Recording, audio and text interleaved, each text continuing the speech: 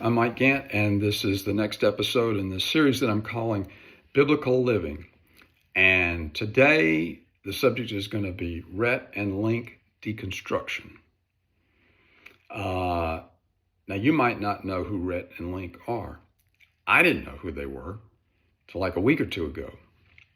Never heard of them. But apparently a lot of people have heard of them, and a lot of people like them. But before I get into that, let me just say that this series is about how to take the principles of the Bible and to put them into effect, and particularly how do we as men fulfill the duty of a man. The duty of a man primarily is to find a wife, raise children, keep them all in the name of Jesus Christ their whole life long. And if you raise them up, you want to teach them what you've learned about Jesus so that they can follow him too, so that they can stand on your shoulders and build on the foundation you've laid and do better. Each generation ought to do better than the one before. And so that's what this series is about. And so what do Rhett and Link have to do with that? Well, I said Rhett and Link Deconstruction. That's their term. I'll say more about that in a minute. But when you raise kids, you want to know that the things that you teach them will stick with them. And a lot of people were raised, by their own admission, were raised in what they call Christian homes, but they fall away from the faith. That's what the Bible would call it, apostasy, falling away.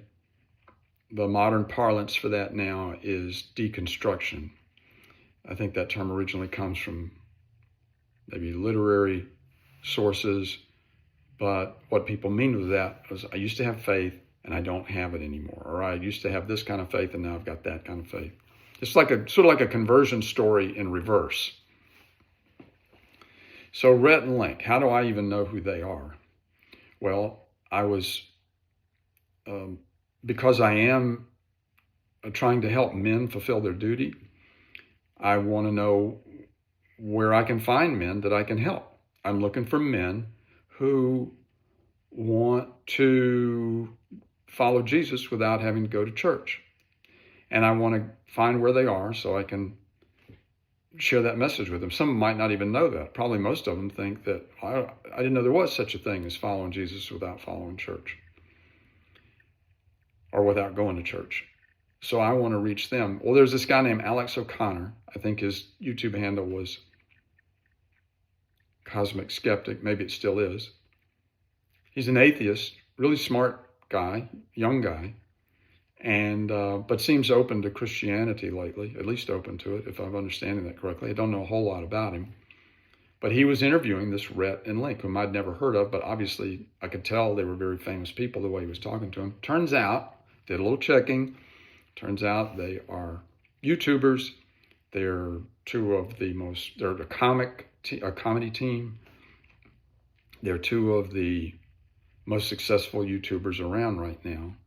I think their net worth is like $20 million. I don't know whether that's 10 million a piece or 20 million a piece. I don't know what it is, but they're doing very well. And if you read the Wikipedia article on them, all the different programs they've done, I mean, I can't keep up with it. They sound like a miniature Warner Brothers in terms of all the different stuff that they've produced. And obviously people like them. I watched a little bit of their comedy. Can't say that it's really my thing, but I could see why a lot of people would think it's funny.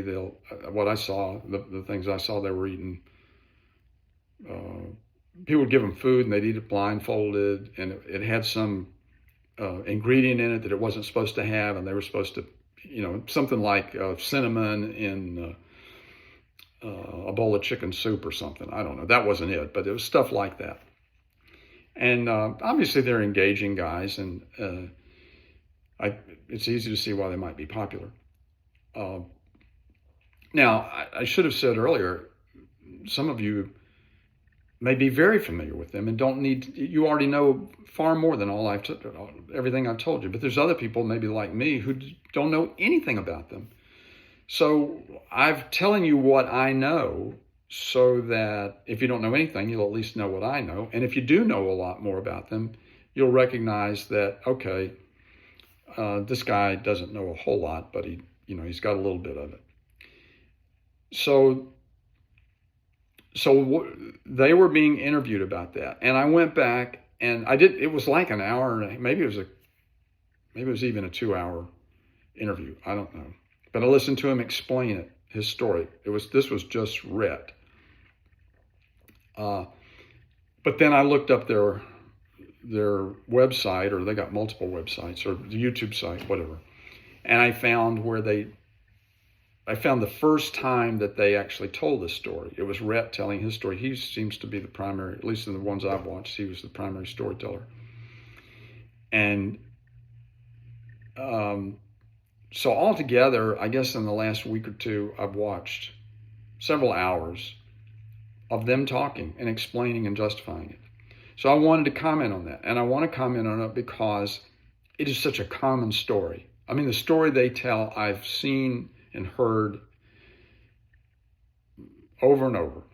It's a very recognizable story of people raised Christian and then they wander away. I mean, it's very familiar to you too, I'm sure. Whitney Houston, I don't know how much she said she believed by the end, but I mean, she was raised, she was singing in the church. A lot of these singers Aretha Franklin sang in the church before she ever sang secular songs. I think that was true of Jessica Simpson, Katy Perry. It's a common thing. Evangelicals deconstructing or wandering away from the faith. Not saying all of them wander away from the faith. A lot of them stick with it. But the ones that leave the faith are often they call themselves ex-evangelicals, or they'll say, I've deconstructed.